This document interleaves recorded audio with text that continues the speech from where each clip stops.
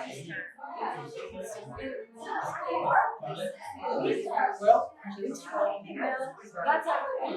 everyone? Yes. Hi, everybody. Thank you. What a great turnout. Thanks for everybody coming.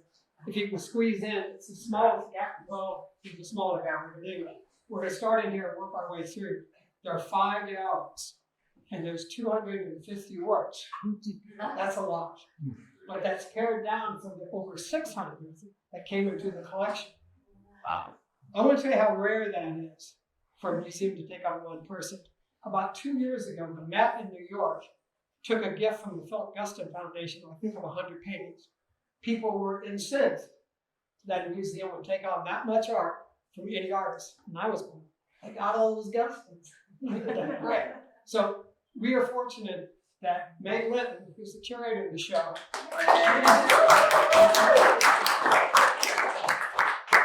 after Keith died, she worked with Elisa Gonzalez, who was the director of the museum, to make this happen through the state. They got all these gifts there and monies to fund this exhibition. And in December, a catalog maybe-ish? Spring. Spring.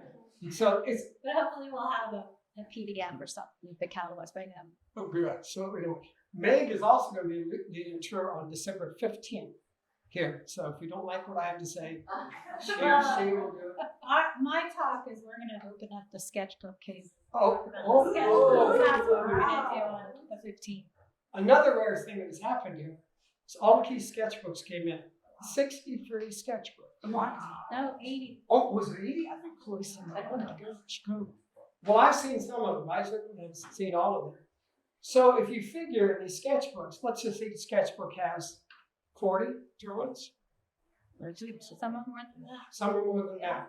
And you go, there's 80. So that's over 3,000 artworks inside of the sketchbooks that we're all not seeing, right? So the man was prolific. Let's say that. He worked all the time. And I will add one other thing. They also took his whole archive. So there's videotapes, notes, there's all the discs around all the design work. There's a lot of extra material. So there's something, things, 30 boxes like that. So, yeah. And things from their collection as well, which you're going to see in the next gallery. So it's a little bit of an overload, and I'll move you through and I'll answer any questions. When Keith would do a lecture, and he would do a PowerPoint, he said, well, this is my PowerPoint. Well, this is my PowerPoint. So I thought, well, if you can't see me, we'll add his nose to it. So I really can correct it. So in this room, we start in this room, here's text. You can come back and read the text about the whole exhibition. But basically, this starts with his youth and comes forward. But there are also a lot of, as you can see, self-portraits in the chart. And there are drawings here. There's one from is it about page 8 or 9 in the case, which is great. It was remarkable for me to see some of this stuff because I have identical things.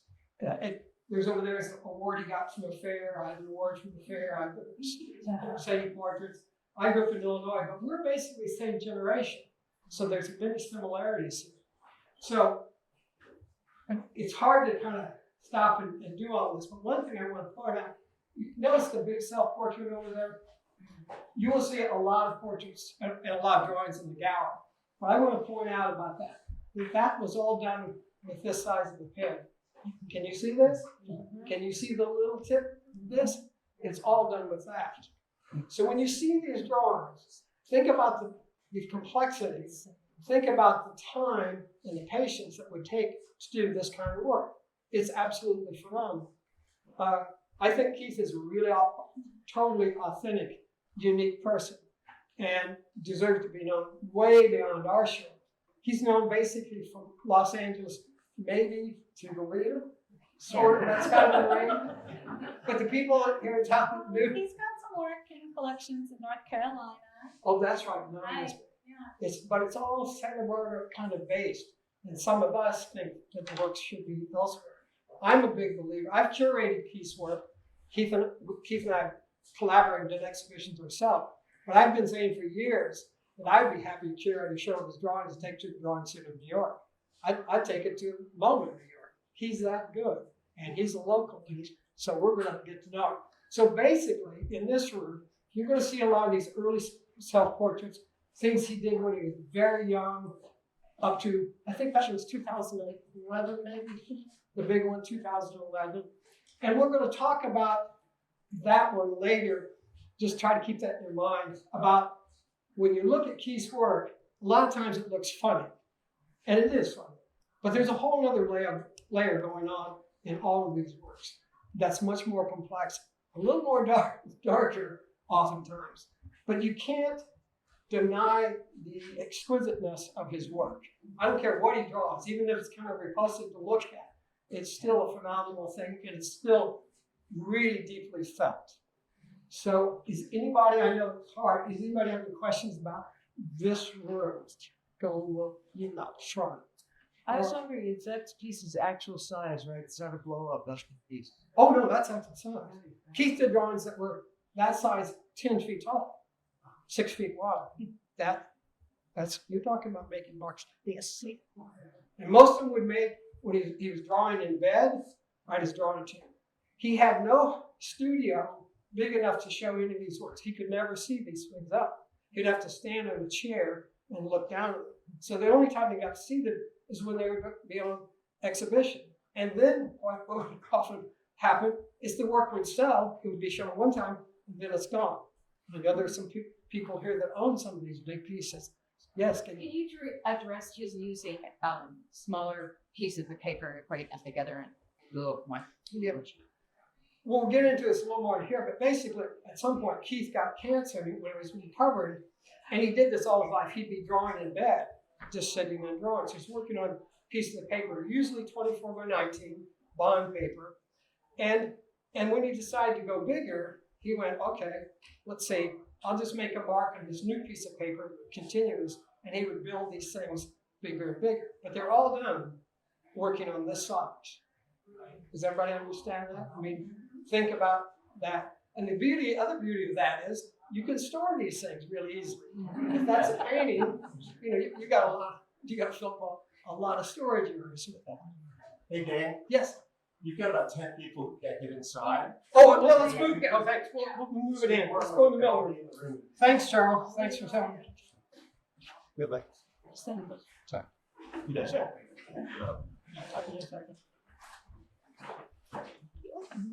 Yeah.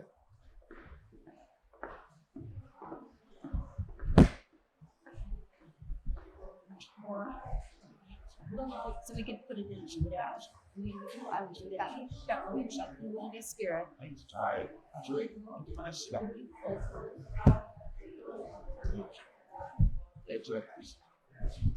I'm not taking it. She put that number.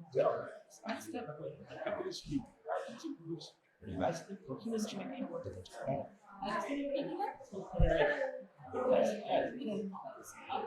You're right. Right. Right. That's cool. Yes.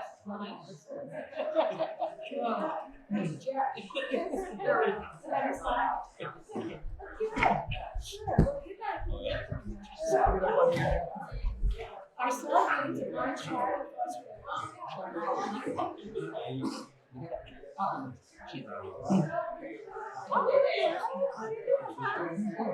Yeah. Okay. Get everybody's attention there. Hi. So when we were in the other room, Keith and Gail asked the question of drawing a bed as a size of the paper.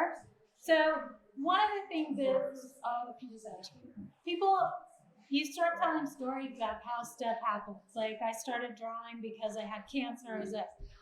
I put a sketchbook image, I opened it to a page of Keith in his 20s, sitting in bed. He drew himself a self-portrait, sitting in bed drawing. So that was one of his favorite places to draw, I think, even before that whole experience. Yeah, it was a natural place. It made me laugh because there is this mythology that we all create about ourselves and these stories that we tell. And then when you start digging through and you actually look at things, you realize there's other stories. Like Keith when he was doing his interview with Donna Granada, didn't think his childhood was that happy, but yet when he looks at his childhood photos, he's always smiling and happy. So it's those kinds of things that I found really interesting going on in Detroit. So Keith Puccinelli was born and raised in San Jose. He was born May 5th, 1950, and he always liked that because he could say 5550. So he liked that. He liked the look of it. So 5, it was easy to remember. Basically a suburban sort of life. At that time, there's still more like, let's say, a little agriculture around where he grew up. So he has that memory of that. His father was an electrical contractor. His mother was a teacher. His sister Jessica went out. I think she got her master's in psychology. So he grew up in a family that was really kind of open and supportive. He could have taken over the dad's business, Julius's business, but he said no. He went on his other way. He went to San Jose State, and at San Jose State, then that would have been about 1968 through 72. And what I want people that don't know about the whole Bay Area at that time, the late 60s and through the 70s, it was one of the hottest art communities in America. Not just up there. I'm talking about America. In the 70s, if you were a young person that wanted to do your graduate work, there were 2 schools you wanted to get into. Yale, which is always the top, and the other one was UC Davis. A lot of people were surprised to hear that. They had a phenomenal art faculty up there at the time. And people were coming out there like Bruce Nauman and Deborah Butterfield. I mean, they were just rolling out of Northern California. And that's why I came to Northern California to do my graduate work at Cal State Sacramento, because there was all these fantastic artists.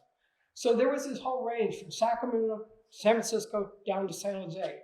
And there was a lot of interchange. And Keith saw that, and his teachers talked about that. He had really good teachers. So Keith was influenced by the work of someone like David Gilhooly, and you'll see more of that in the other room. Is the Gilhooly print? It's right there. This is really sweet. See in the corner, the animal eating the hamburger? That's a David Gilhooly print. David Gilhooly is primarily known for his ceramics. So here's Keith in the 60s learning about it and really liking Gilhooly because he allowed humor in his work and pathos in his work in the way that New York was really cool and intellectually sort of rigorous. That was the last artwork that I know that Keith bought. I was with him in LA when he bought that. And I just thought it was so sweet that his whole life had come all around to this point. Here he was admiring him. He became an artist, and now he's buying Gilhooly's work. So, after school, he made his way down here, had a girlfriend, as it were, to bring him down here. That didn't work out so well. And he did various jobs. Like, for instance, he was a silkscreen printer. He was also the manager of the Fish Enterprise. Do you all know that restaurant? I guess it's not here anymore. I didn't know that, but it's not here. So he did all that kind of work, and at some point, he wanted to become a graphic artist. We're going to talk about that in here. But this room is about works that he and his wife, Fran Puccinelli, collected.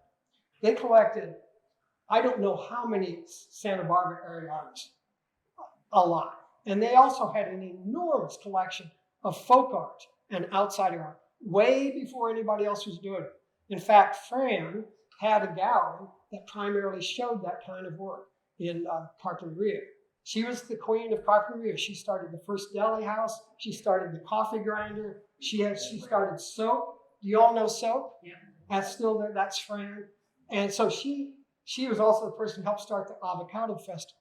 And Keith would design the posters for that. You'll see some of that in here. But I can see a number of artists in here from the community. They would buy and trade to get all these works that are in here. So everything you're seeing, this is not casual. They wanted it because they knew those people, right? It wasn't just like, oh, I'd like to look at this. They had some name artists. For instance, this big Howard Finster. Howard Finster is one of the best known outsider artists that America's ever produced. And then over here, the 3 red heads, that's Alison Sarr, an extraordinarily well-known artist who, as a matter of fact, just this summer, the Olympic Committee commissioned her to do a permanent piece in Paris. So, and Keith, they would know this. He and Fran would like fly back to, say, to Michigan, rent a station wagon, and go around trying to find all this folk art when nobody else was doing it. They would go to a grocery store, go in the back, get the cardboard boxes, wrap things up, ship them, and then go back out again and do this. So you can see their passion and interest in this kind of work. And it's also reflected in Keith's art. You can see this. Well, I'll get to that a little bit. It's hard to crowd around this, but take some time to look in here because there are pictures of Keith and Fran's house, and you'll see, especially the one that was on Padero Lane on the cliff, that it literally, when I say floor to ceiling, I mean floor to ceiling. And then they had a dome house out in Ojai, and then their last home was a modernist home off of Las Positas up on Portezuela. And everything they had was of interest. And Keith and Fran were like this, 32 years together. So I'm going to show you a couple things. Oh, this is a good story. See, let's see if I can tell it through here. Keith and Fran's house, the dome house, had a fence on the back. It had big post pillars. And on top of each of the pillars were bowling balls. They just liked the way they looked. And their bedroom was sort of on the second story, and it would look down on this fence. And one night they kept hearing this thump, thump. And they look out the window, look down, and there's a bear just going down the line, knocking each bowling ball, knocking them off. So Keith's art was always responsive to his life, as was Fran. So Fran did this wonderful piece here, commemorate that. And then Keith did this drawing here, was exquisitely drawn, Clown of the Woods. You can see the whole story. You know, he was a responsive artist. He talked about what's going on in his life. I mean, he was a smart guy. He wasn't an art virgin. He'd gone to college. He knew, and he looked at other artists' work. But a lot of it was about what was going on in his life. Could you hold this for me a second? This one, oh goodness. Can you hold it for a minute? Yeah. Okay. So they would collect things like this, and you'd find this, and you go like, well, why would they have this? I mean, you know, we have all seen this. Well, the back of it indicates that it's not supposed to be hung this way. It's supposed to be hung this way. That's asking. Yes. Sometimes I've wondered if he actually made this. You know, it's kind of, well, did he do this? Did he do this? But yes, thank you. Keith and I, these are some trace monotypes that he and I did. We did like 110 of those together, 2009, 2010. And Judy Larson, she's here. There she is, right behind me. We were very fortunate that Jane Deering's gallery wanted to show the work. But when she came to the studio, she really liked it. And she's, why? I really want to show this. We said, well, we'd love to show it to Jane, but the work is not for sale. And she said, I don't care. I'll show it. What dealer does that? Nobody does this. So the good news is we show this, fill the gallery with all this work. And Judy Larson from Westmont comes in and said, we want it. We want the whole thing. So people in the community came forward with money, and Judy came forward with money, and now all of that is in their collection. I mean, who does that? The project, then we did a project for Westmont. Did anybody here see that show? A few people. Oh, good, great. This was a really beautiful catalog that they did for it. And I won't go into all the pieces, but I do want to show you one thing here. The showcase piece was this. This is 25 feet long and 12 feet tall. And all the color that you're seeing in the black marks is all cellophane and duct tape. The entire thing. It took us about 8 months to build this piece. So when you see the front of the book, that's kind of a close-up of it. So every mark that you see, those are all hand-cut pieces of tape and applied to make that. It was it was a great moment. Let's see. I don't know if you're going to be able to see what this is like because there's no light here. If I can get, can you see it? When you get strong light behind it, what it is. But see, it's just a piece of plastic, duct tape, and cellophane. That was part of Keith's aesthetic, part of mine, about using everyday things from the everyday. Like this is a piece they own of mine here. It's a tent, but it's carved out of soap, you know. So, and they had it near their bathroom. Somebody asked me once when I was showing those, what happens if somebody takes a bath with them? I said, it's an expensive bath. All right, so that's it. Maybe just tell me to sit down. So does anybody have any questions in this room? Because there are some of the artists right here in this gallery. There's works are on the wall. So if you have any those kind of questions. Now the next room we're going to go into is pretty tiny. So I'm going to describe it from out here. When Keith was in Santa Barbara and he's working these jobs, he wants to get back into art, but he decides, you know, the best way for me to support myself is I want to be a graphic artist. So he starts teaching himself how to do that. He takes his portfolio around town to all the graphic houses, and nobody wants it. Nobody wants it. So what does Keith do? He starts Puccinelli Studios, Puccinelli Design, on his own. This is a self-made man, all throughout his life. And same with Fran. They just go out and do stuff. So Keith, he starts his business, and he becomes a nationally award-winning graphic artist, not just local. I mean, he's done so many logos and stuff. I was surprised to see that. Do you know Albert's Cleaner, their logo? I mean, Keith did that. It's been around.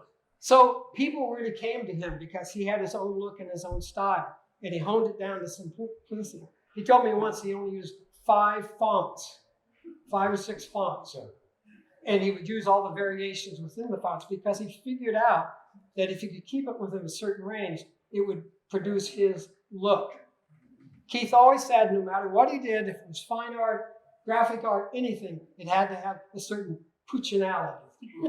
And it's true. Everything about Keith, their whole life had Puccinelli. So when you go in here, you'll see there's a lot of posters. Keith loved to do posters.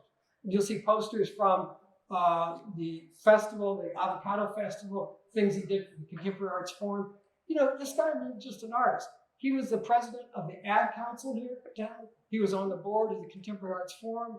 We're seeing a guy that's totally interacting with the community. Unlike, there's not too many that would do all the things we do. So on the other side of this wall, it's impossible to see it today, is a video of Keith talking about his art. I can't even go into, he's done 2 huge video performances that you had to be picked up in the car and driven to a place to see. He's talking about that's a little hard to see. But why don't you take a look in that room, and then we'll kind of work our way into this bigger room, the everyday. Is that okay? Anybody have a question? Okay. Thanks. Where's all my stuff? I didn't put it back. This is meant to show. No, you're up and about. Get a CD. He did this. Julius Universe. And Julius wanted to do the story of this is that.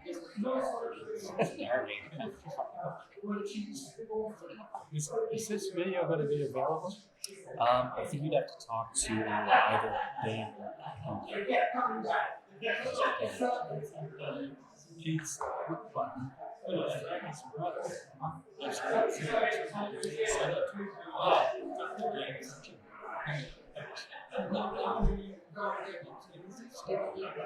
Yeah.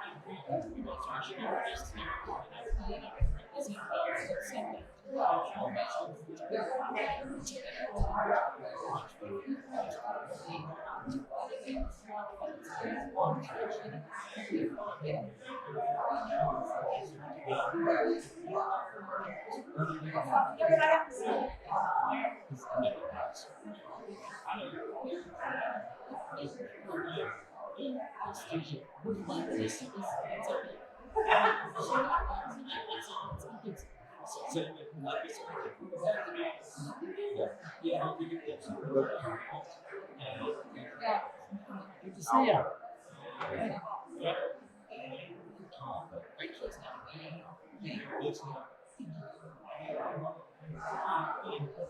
To Washington, Oregon, back in You did a lot? We did it. Yeah.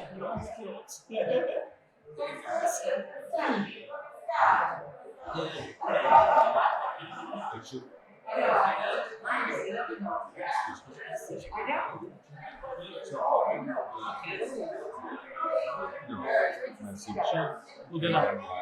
All right, let you go. So don't forget.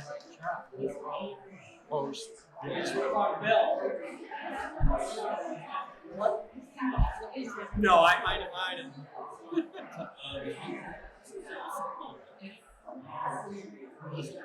All right, I'm going to start talking, so you can do whatever you're going to do, but I'm going to talk here.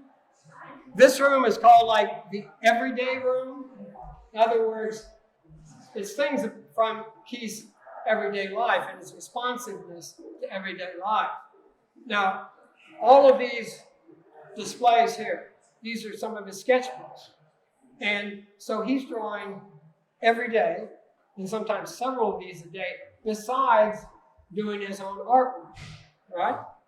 So we have somebody that's, I always think of it's, when they talk about artists, they say, oh, you know, like Keith's obsessive. I think it's obsessive to go work on Wall Street. I'm just like, what, this kind of talk about people being like weird or obsessive because they do this. But they don't talk about that in terms of like, say, a musician that works for decades and decades. You don't say, well, they're obsessive. Say, no, this is what they do. And the more they do, the better that they get. So let's let go of that term. So he did a lot of work. So in this room, we're going to see a range of things. Maybe I will talk about that corner over there. You will notice in a lot of Keith's work, you'll see cigarettes. And part of that is that he was a smoker. The story that I got was in 1983, he went to a wedding, he sees this attractive woman across the way and says, oh, would you like to dance? And she says, yes, but I smoke. And Keith says, so do I. And they got married 9 months later. So part of the thing was Keith was a smoker. And it's probably what, gave him tongue cancer. And things got very serious because of that. But he never gave up that as an image because it was part of his life. So you can see, here he is. He's got 3 cigarettes going here. So you will see this throughout the show. That repeats itself time. He made these things like these little these are carved on like eucalyptus branches and painted. He did a show at the Contemporary Arts Forum that he made a matchbox. It's kind of like on the floor. He had carved all the matches, made the whole box look totally believable, and he had a few of these cigarette butts laid on the floor. The cleaning crew came in and vacuumed it up. Luckily, the director of the museum called the people the next day and said, clean out your vacuums. and they got that kind of thing. So this actually, if you know the artist Wayne Thiebaud, this is a Wayne Thiebaud print that they done for a long time. But this thing about matches and folk art is well-known use of matches. This is an actual door, it's just framed here. That's all made with matches that have been burned on the ends. And Keith, he did this whole thing. I have thousands of matches to make this, but it's a working door. Was it ever hung? Was this ever used? Yes, in Lucky Rides Again, the installation piece in the studio, that was part of it. It was a working door inside of that. Yeah. This is part of their collection. Log cabin made from not just cigarettes, but just the filters. So you'll see it. And then of course, matches. And matches drawn on both sides. And in here, you'll see not only it's just cleverness and the use of different kinds of fonts that they would just hand draw. And he made a lot of these. There's a lot of us that have a bunch of these. Let's go to this. Here, let's talk about this, please. One of the things about when he had tongue cancer, it was a pretty deadly thing that was going to happen. So he went for this really new sort of treatment, but they basically bombarded his throat with radiation for several months.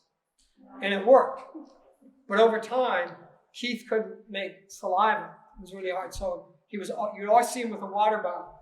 And this is a concrete water bottle that he cast. It was a kind of that symbol. But it became harder and harder as life went on. There's a lot of effects. The big drawing in the first room of the big head with glasses like this, it's funny. But what that's really about is the tongue is sticking out. So that's referring to his tongue cancer. But also the whirling going on there. He could have high blood pressure and low blood pressure in the same day. I was with him many times when he get out of a chair, have to sit back down. So remember what this guy's going through while he's doing all of this. And then he's also caring for his wife as she goes through really awful disease later in her life. And he would be taking morphine to kind of handle some of that pain. And some of these are called morphine fever drawings. And I think that's what this one is about. You can see he's on morphine. He's still drawing. Right? He's still doing this kind of stuff. It's remarkable. This one I can't talk about because this one Keith and I did. I did very little on this. We did this show at Westmont, and Keith and I did 45 drawings in that show where we each collaborated on. Basically, what would happen? He would do a drawing, and he'd hand it to me, and then I'd follow. I'd kind of respond. My line about that is following Keith Puccinelli drawings, like trying to follow Miles Davis solo. So, oh, it's your turn. So Keith brought this over, and I thought it was unbelievable. I still think this is extraordinary drawing. And I said, Keith, I don't want to do anything. He said, oh no, you got to do something. And so I just went over and I drew the tugboat. And I put the tugboat in because I wanted to kind of massively, the scale, it kind of really amplifies the scale. And he said, oh, just leave. I said, I can draw it better. He said, no, just leave. But the bigger story about this that only a few of us know, we put this up at Westmont. The show was almost ready to go. And I come into the museum and I happen to look at this. And the paper has always been like this, but it was used really flat. All of a sudden, it's all concave and it's all dark. And I go over and I see water, literally, I see water on the floor, only underneath this. I'm looking for drips, and I could tell the whole paper is soft, it's totally wet. I mean, I worked in museums. What is that? What's going on? Finally figured out that the humidity was off in this particular gallery. But what caused it is that Keith had used bleach to bleach out the paper. See all that up there? That's all bleach on this. And because the humidity was off, it was saturating this with moisture. And it was kind of like, oh my God, what are we going to do in the show? And we're calling conservationists and stuff. And all of a sudden, Marie Chef, my wife, the artist, says, I got it. She just ironed it. We looked at it. It was the perfect thing because it, warmed it up, it was gentle, and it got back to the show, but it's left it this way. But I think it's quite something when we have this person, we're assuming it's kind of like water coming out, but then it's going all the way down to the floor. But anyway, I think this is a stellar piece. Again, about Keith. You see the tongue over here? That's made of salt. So that's called salt lick. Cattle or grazing animals are licking salt. Again, really smart stuff. Let's see. Let's head over this way. So he's doing a lot of imagery about himself, the human condition. One of his favorite artists is Philip Guston. And this is an actual Philip Guston lithograph. And you can see the simplicity. In 1968, Philip Guston started showing work like this. But he was an abstract expressionist. And he took so much heat when he made this shift and started doing this painterly stuff. And I know it because first trip I ever made to California, I ended up in San Diego. And they had a show of Philip Guston's work in New York a few months before. Then he brought us to California. I walked in, I couldn't believe the show. I just thought it was phenomenal. And the critics were tearing it apart. And I'm going like, no, this is great.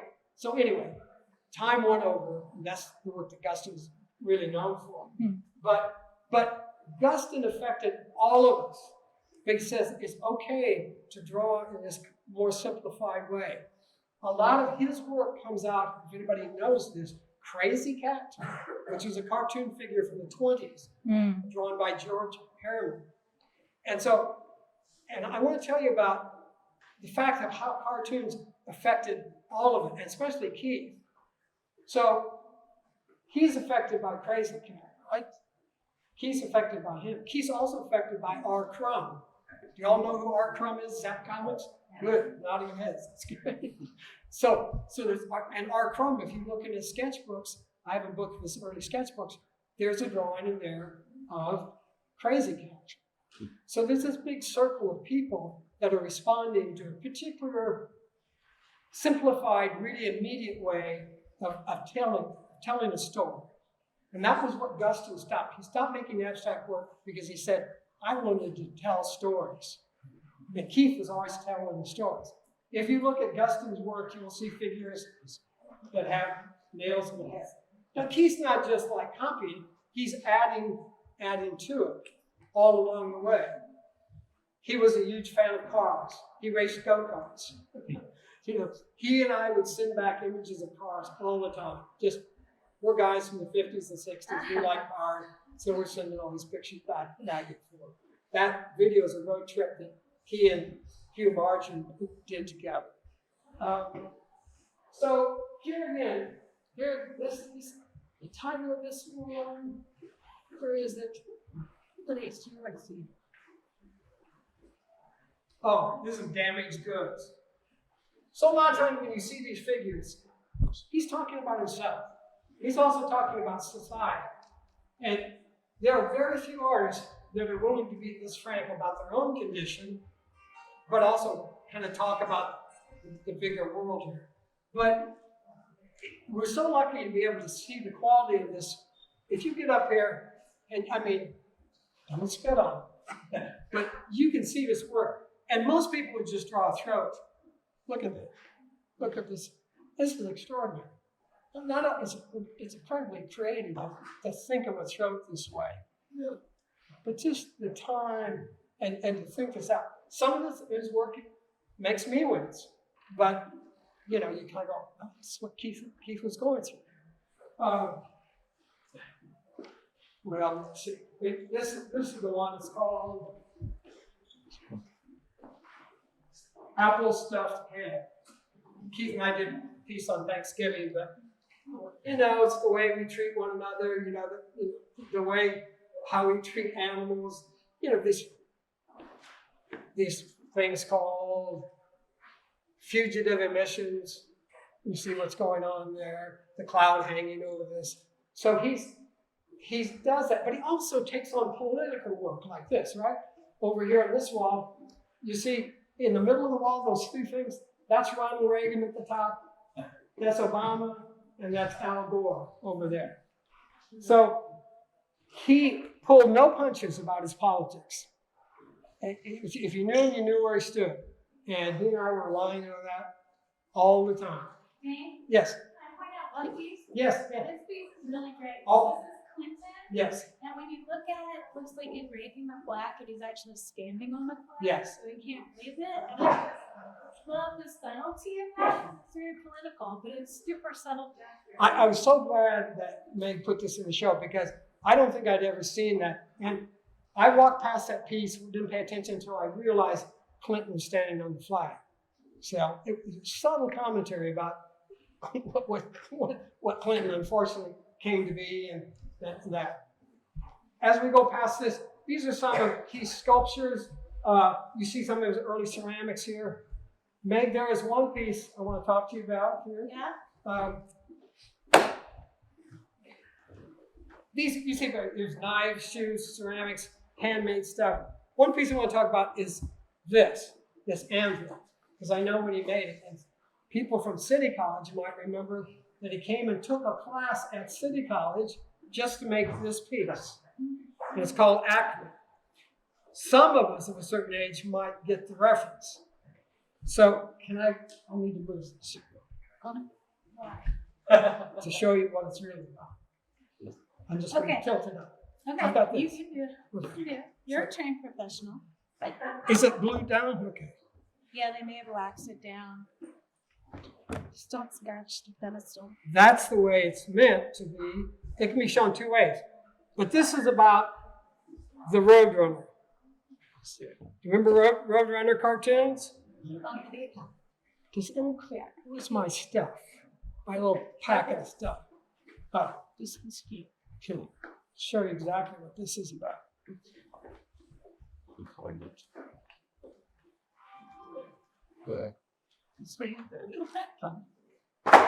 If you know the Roadrunner cartoons, always he was ordering supplies from Acme Tool Company, right? Because he's trying to get the coyote, and it would always backfire on him.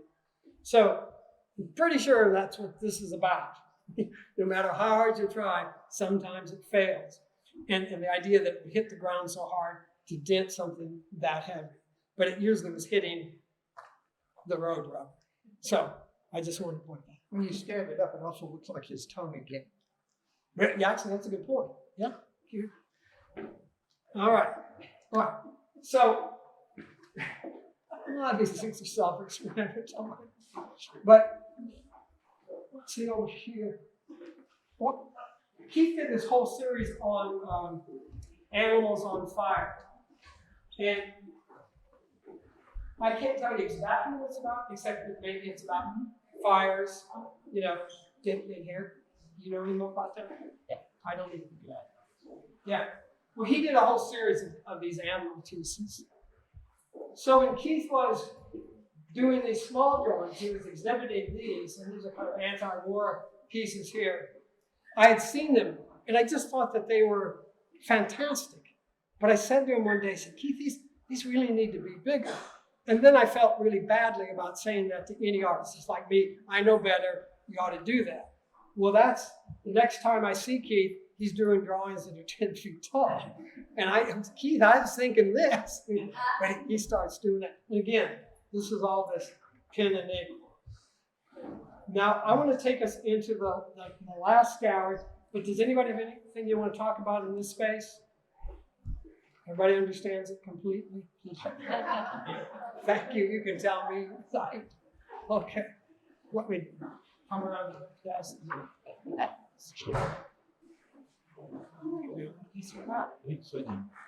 She did. All right. Let's go into the last. But it was a lot of fun. Was charged about I mean, I was Yeah, please, I did that. so I think that's right.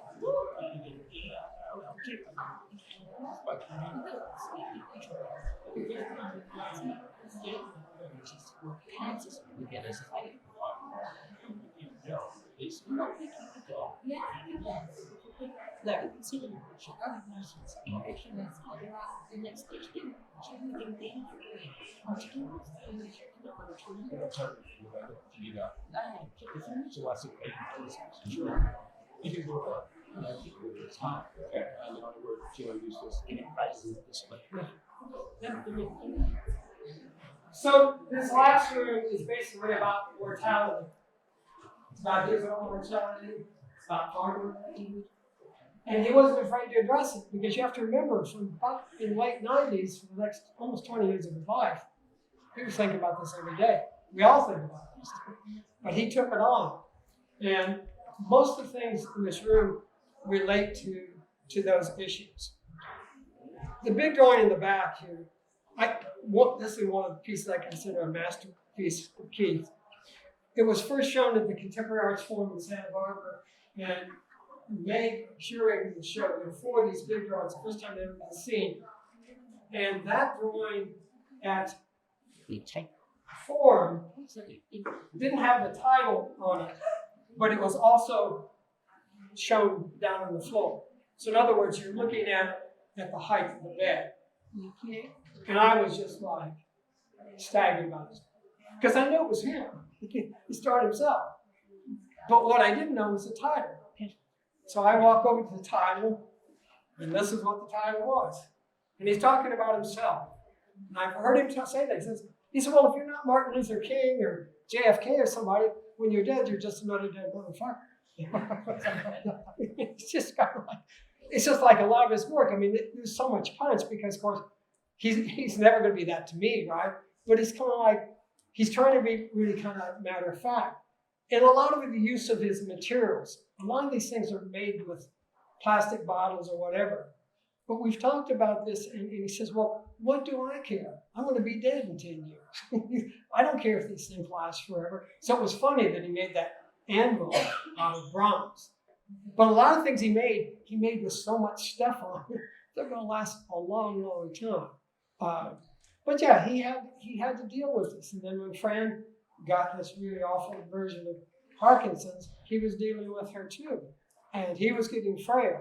So it was, the last few years were pretty tough. But he was doing drawings, and I'll show you one. The last thing I'm going to show you out there. On the day he died, 3 hours before he died, we're trading emails, and he's sending me images and stuff. And 3 hours later, he's dead. One piece I want to show you here, in terms of like reference. Let's see here. How many seconds? And he's sleep.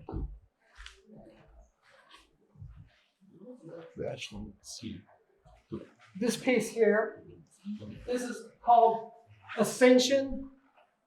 Any people here Catholic or churchgoers, do you know what that's about? Some people do. Some people have no idea what that means. This is an Ascension painting. And there are many, many of these all over the world. The Met in New York owns a beautiful Ascension painting. And basically, it's people looking at Christ is ascending. Sometimes it's all only the feet. So when you see this, you think this guy, he's just clowning around. He's not clowning. He's talking about himself here. But he's making a reference to this. So the interesting thing about this one is like the pants are actually cactus, and they have little drips of blood off of them. It's like as he's going, he's ripping up stuff, I guess. I think this is an exquisite piece, as do I think this is another sleeper in the whole show. This is our lifetime. You start out, you can't wait to get your own tricycle. Then you can't wait till you get the car. And then you can't, and then all of a sudden you're there. So, in this really simple thing, he encapsulates a lot about what all of our lives is about. And yet another reason I think he's brilliant.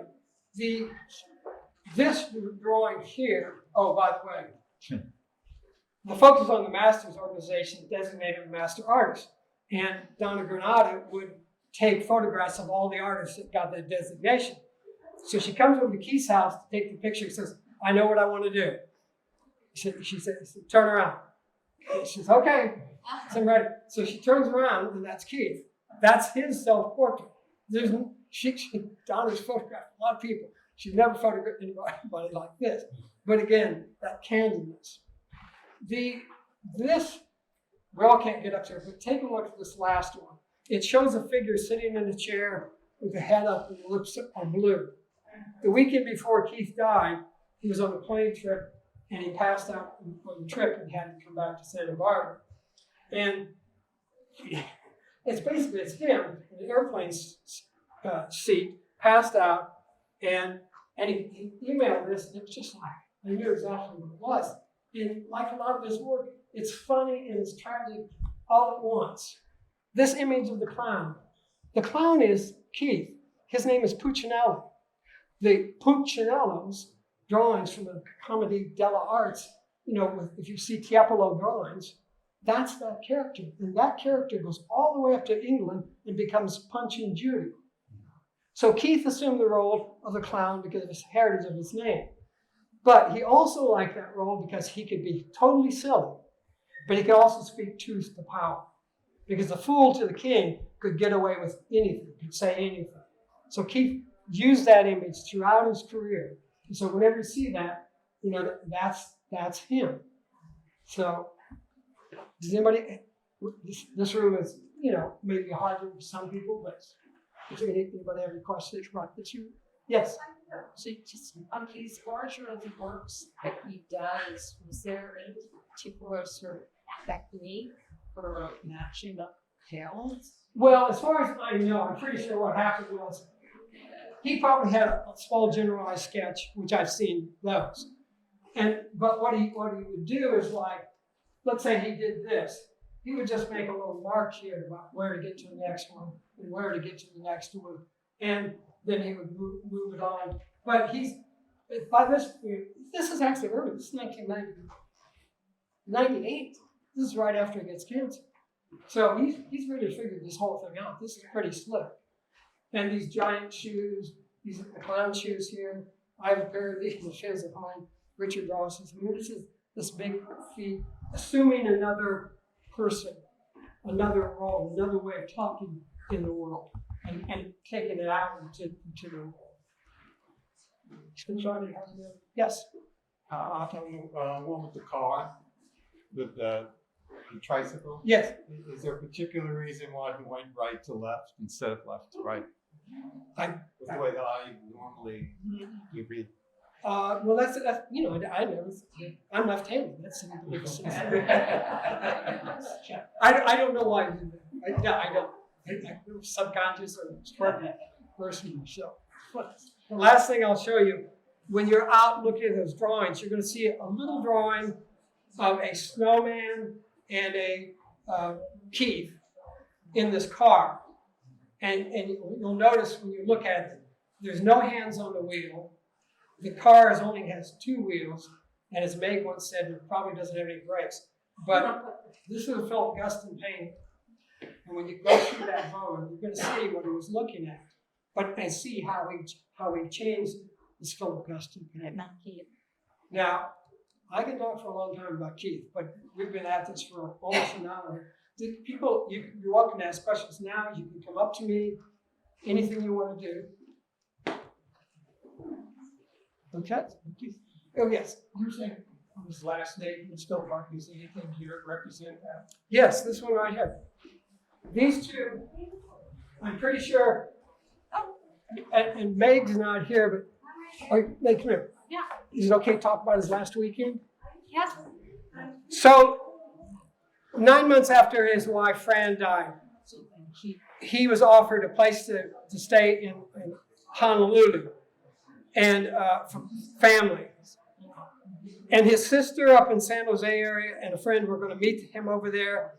And I was glad that he wanted to get out to see if he could do this. And he asked Meg to go, and I was really happy because then there'd be somebody to kind of watch over him. On the plane flight up to San Francisco, he passed out and Meg's sitting next to him. Oh my gosh, so I could not wake him up. It was absolutely terrifying. yeah, we basically thought he had died. So when But I got help from people. Thank goodness we were in first class because there were 3 doctors and they woke him back up. So they took him to the hospital up there, did a bunch of tests, stayed overnight, and couldn't quite figure out what was going on. Right, and he wanted to get home to his regular doctors. Yeah. So the next day, they drive back. It's a Sunday. I'm texting Keith thinking he's in Honolulu, and I'm saying, are you smelling the pluminary flowers? He writes back, nope, I'm in a hospital in San Francisco. Oh my gosh. So anyway, he drives back, and he's texting me while he's with Meg, saying, oh, California looks so beautiful, and Meg's driving me over to New Cayucas just to get these salmon tacos, and Well, and I will say I was driving, and he would start to nod off, and I kept hitting the bumps to make sure he was still with me. I mean, it sounds, but it was a very traumatic experience for me. Okay, yeah, sure it was. So the good news is that night, he comes back to his house. I call him. I say, want me to come over? I come over. We talk. And then May came back, and we said, well, why don't we order some dinner? And then Marie came over. And then all of a sudden, these 2 young artists, Nathan Hayden and Hannah, came in the door because they'd been taking care of the cat. Now, by the way, their cat is all black, and its name is Snowball. And so anyway, they're coming over to take care of Snowball, and they come in and we're all there. So we end up having this fabulous evening. I mean, it was just totally wonderful and hilarious. And Hannah and Nathan announced that they're pregnant. It was like, oh my God, what a great evening. So then the next day, you're out running around. Yeah, we tried to go see his doctors. No one would see him. We returned the rental car. We had all these appointments for Wednesday. Yeah. And so I'm sending him pictures of a new piece that I'd done. And as he always did, highly complimentary. You're the master, blah, blah, blah. And then he sends me this picture of basically him there. And if you look to the left of it, there's a picture that he was drawing while he was in the hospital. This was not unusual for him to do that. And me too, I've done the same thing. So anyway, that's about 4 o'clock, and I write him back. Don't hear anything, but I'm not worried about it. Then about 7, I get a call from Meg and say, Keith has collapsed. Run over to the house. Luckily, it was only about a mile from us. By the time I get there, he's on a gurney, and he's looking like this. Truthfully, I mean, he's just like, and I'm going, I said, no, he's got a pulse. He's got a pulse. We go over to the hospital, and Meg and I are in the waiting room, and we're already figuring out what needs to be done. Okay, he's got to be wearing one of these life collar things. So if he falls, I mean, we're already going to work on all this. And instead, we find out he died. Yeah, he was alive. Yeah, and when he collapsed, I was there. I did the CPR. Yeah. He was alive when he got to the hospital, but then they worked on him for about 20 minutes. Yeah. But I was really nervous because they kept saying, here's his medical file, and they're like, oh, we don't need that, we don't need that. And I finally got them to take it. And then they brought us in. So right before Keith collapsed, the story I think you brought to Meg is that Meg's staying in this other room, and he happens to go past the room, and he's carrying his warm tray with food on. He says, Meg, I'm going to go watch TV, watch a movie, which he always did in his bed. And he said, you want to join me? She says, sure. He goes down the hallway, and he collapsed. And I was saying, well, if you're going to go out, and you got a friend, you got warm food, you have expectations in front of you, it's not the worst way to go. Certainly in comparison to the way Fran. He was not in any. No. But Meg and I wrote an email out in the morning. I was surprised how many people were surprised when we said, well, he'd been frail for the last few years. And people would say, well, really? It's like, haven't you been around this guy? I mean, it was, he could barely eat, but it didn't stop him from doing this at all. Yeah. But thank you. Yeah, so anyway, thank you all for coming.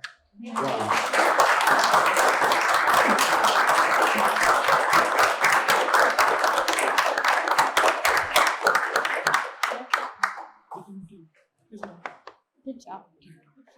So I'll be here if anybody wants to just yak privately.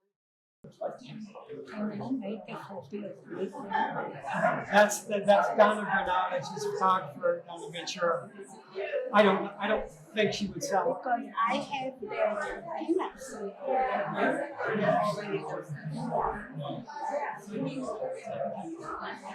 I'm pretty sure.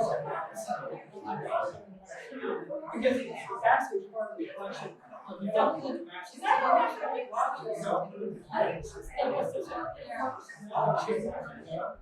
Yeah.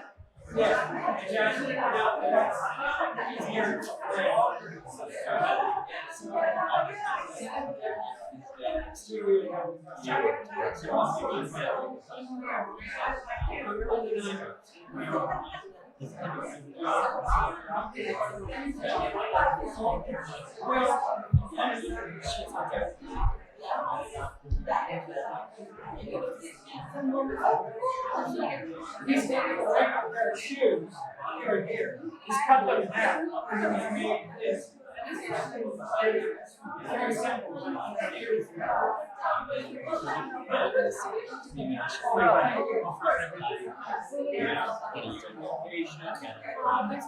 So many things.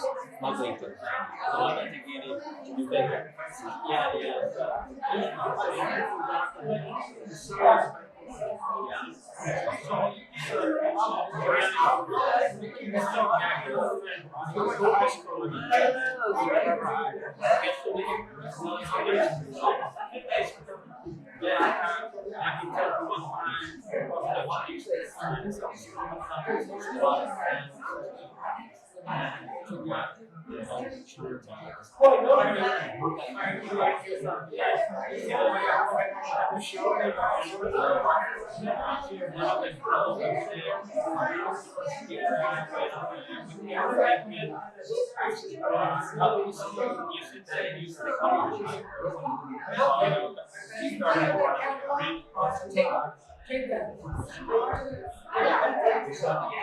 There and then I'm gonna have a piece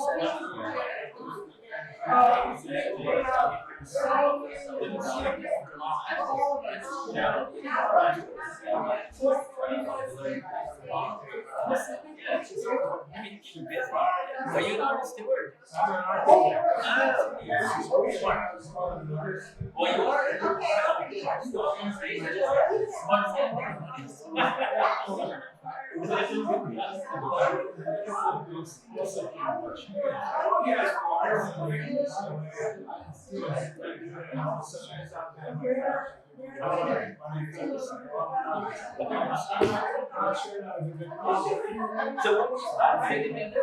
Any like sculpture? Yeah, you gotta prove it.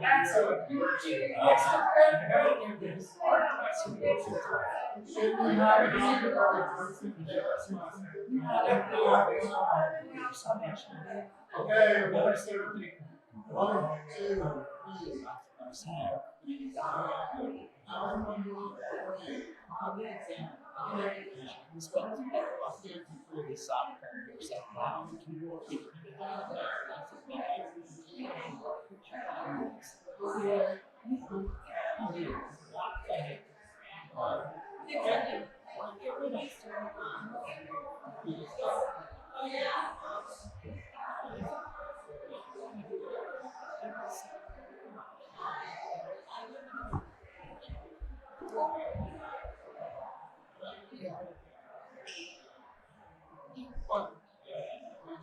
What's happening about my meeting?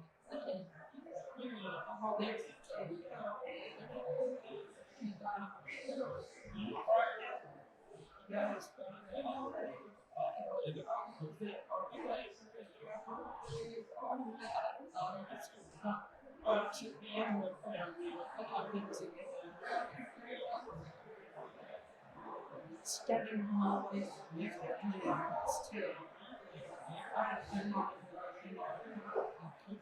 And it's the rocket in this shot.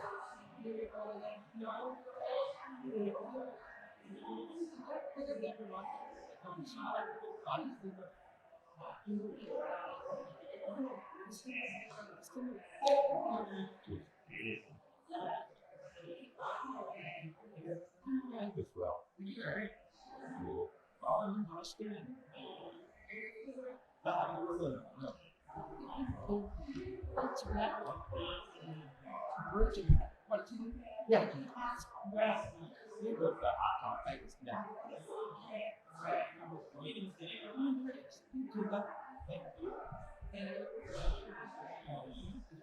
It's kind of you have a fun job.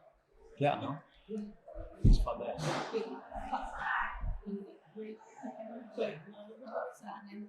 I just sent you. I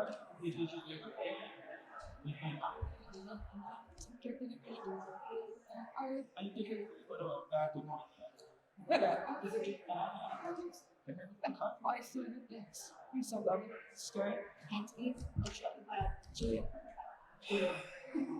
I'm going to take and then talk. Then I love Well, you know, most of the time, if we're going to your house, especially for dinner, something, they would send you handwritten notes.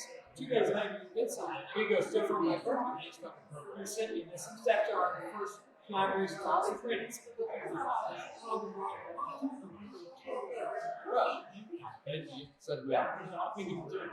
Oh, thanks. Awesome. Well, I'll see what I can do. We're starting a project. We have to take everything situation. And so I'm probably going to be not around for I have a big list of stadiums. So, but I do things to them. I do something big for the yes.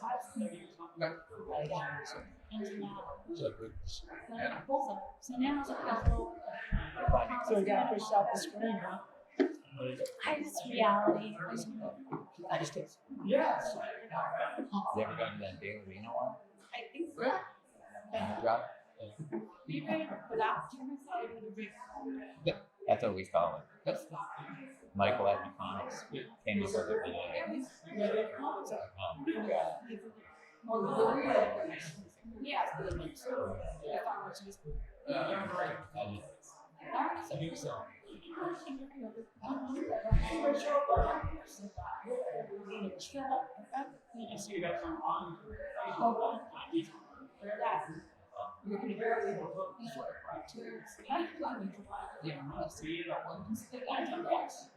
ladder with wheels.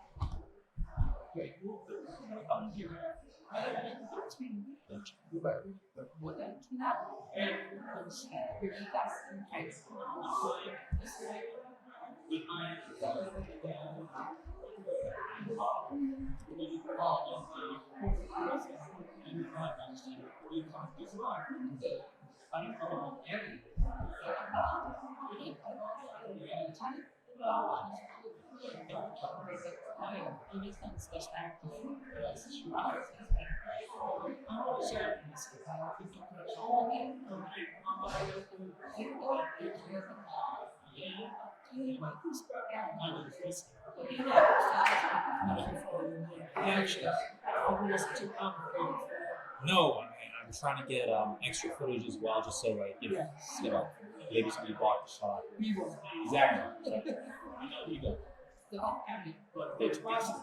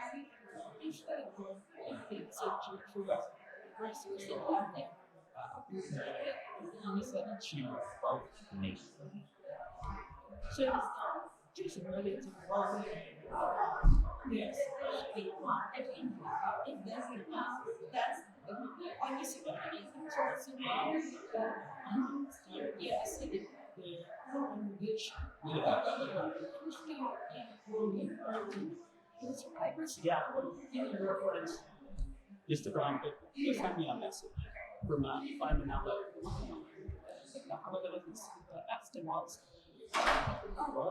I saw the one was one was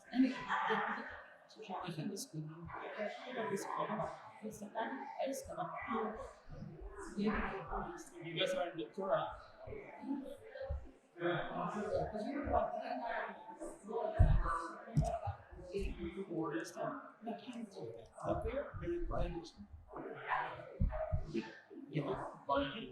Dane is already.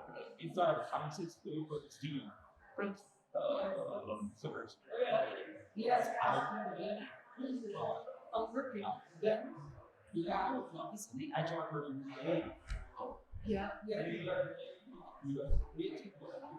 Yeah. It was like really nice that kind. Most the party. Okay, I was thinking how it just see projects. Yeah, it's good. Chester. You also take the meat? I don't think so. I think I was just trying to get just like a little bit out to put it just in case we didn't get it.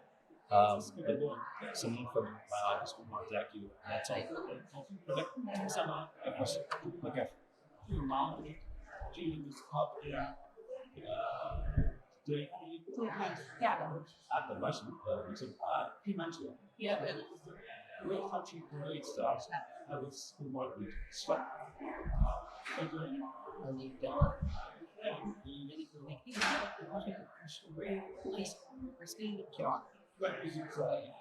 Yes,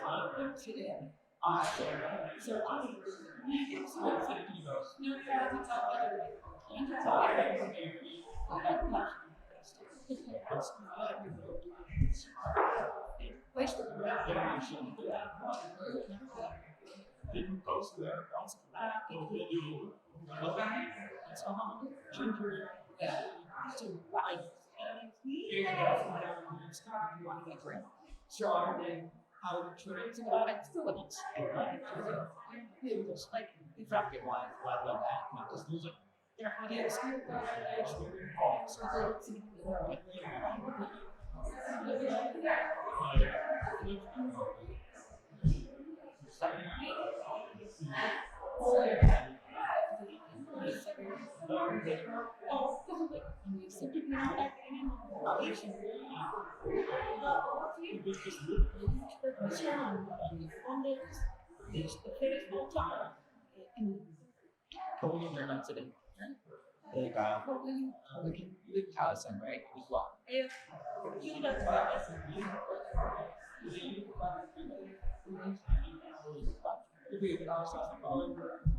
Last week, well, it's great. We swear to God.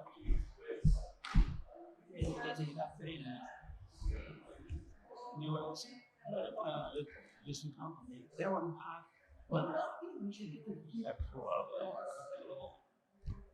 but I didn't know this one. Very good. It's make an inquiry, maybe it's not that much. His. Well, it's more about just reduce